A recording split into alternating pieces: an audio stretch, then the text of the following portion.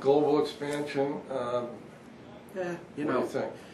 we do licensed stores in a few markets. We have some in the Middle East and Mexico. I think you might see a few more that come on down the road, but that's really a little bit of the icing on the cake.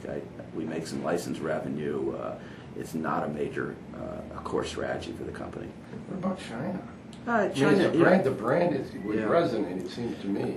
I don't think we've cracked it yet relative to how to do it. I wouldn't preclude us going into China. We may very well. We look at it, but just going in at multi-brand luxury retailing hasn't yet emerged successfully in China. Monobrand vertically.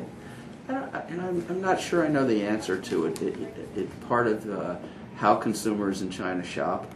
I just don't know that they're shopping in the way that they shop in the U.S. They're very much brand focused, and the individual brands are doing exceptionally well. I haven't seen it in terms of on the high end multi-brand. It's not saying it can't happen, and we may very well play with it over time, but we have to do a lot of work relative to the model. I just see so many opportunities here. I don't want to divert our attention too much. Also, speaking internationally, the Carlos Slim, Diego Telefali, sure. The impact on the way you run your business. Did you communicate with them differently than your other institutional investors? No, we don't treat them any differently than any other investors. Feel very good about it. I have a great relationship with both of them, but we communicate regularly, just as we would with any other shareholders. Happy having them as investors, and Diego, as an example, came to us. We've been friends for Ron and I have known him for years, and he.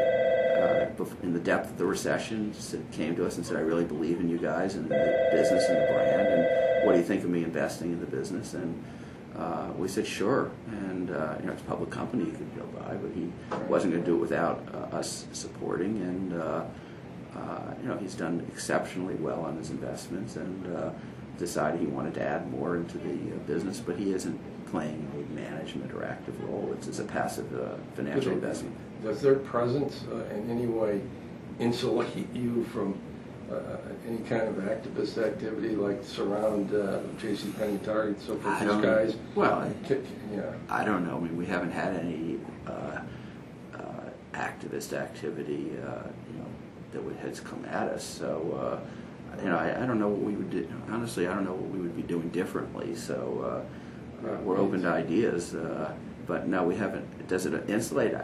I guess it might. The two of them have 35% of the shares. Right. But on that point, this whole, all this discussion in the media and so forth and so on about M&A and leverage buyout and all these guys and active activity, what's your perspective on their interest in the department store sector in general? Private equity? Yeah. I think there's probably a high level of interest. Remember, you have TPG Warburg own Neiman's today. Right. There's a level of activity out there. You have TPG go after J. Crew this week, or very recently. So I'm sure there's a high level of interest in the sector. There's a lot of cash out there, and people are feeling that the luxury sector weathered the storm, and that there's probably a secular growth of luxury that's out there for the foreseeable future. So there's going to be an interest level. So do you sense any focus on Saks at all? Oh, I don't know. I really I don't even look at whatever. I certainly don't think about that in terms of I look at it and say, would we be running the business differently if we were private versus public? And I don't think there are things that we'd be doing differently. I feel we're managing it for the longer term. We're managing it to build the franchise, and I feel good about the initiatives. If we were private, I just don't see things that we would be doing fundamentally differently than we're doing now. So we've taken a lot of costs out of the business, and I don't see this as being a public versus private question. If somebody, I guess that's really sort of how we feel about it.